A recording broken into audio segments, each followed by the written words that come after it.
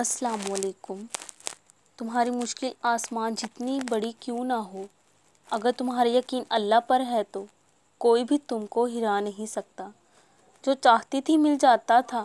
حضرت خواجہ نظام الدین اولیاء رحمۃ اللہ علیہ فرماتے ہیں کہ میری والدہ ماجدہ حضرت بی بی زلیخا رحمۃ اللہ علیہ کو ان کی زندگی میں جب بھی کوئی ضرورت پیش آتی تو وہ 5 مرتبہ درود شریف پڑھ کر اپنا دامن پھیلا کر دعا مانگتی تھی اور جو چاہتی تھی مل جاتا تھا۔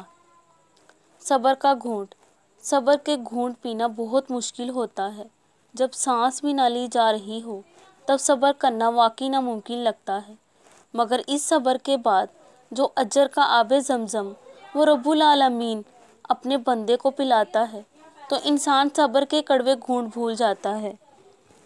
میں نے نبی کریم صلی اللہ علیہ وآلہ وسلم سے سنا تھا کہ صدقہ کرو، ایک ایسا زمانہ بھی تم پر آنے والا ہے جب ایک شخص اپنے مال کا صدقہ لے کر نکلے گا اور کوئی اسے قبول کرنے والا نہیں پائے گا۔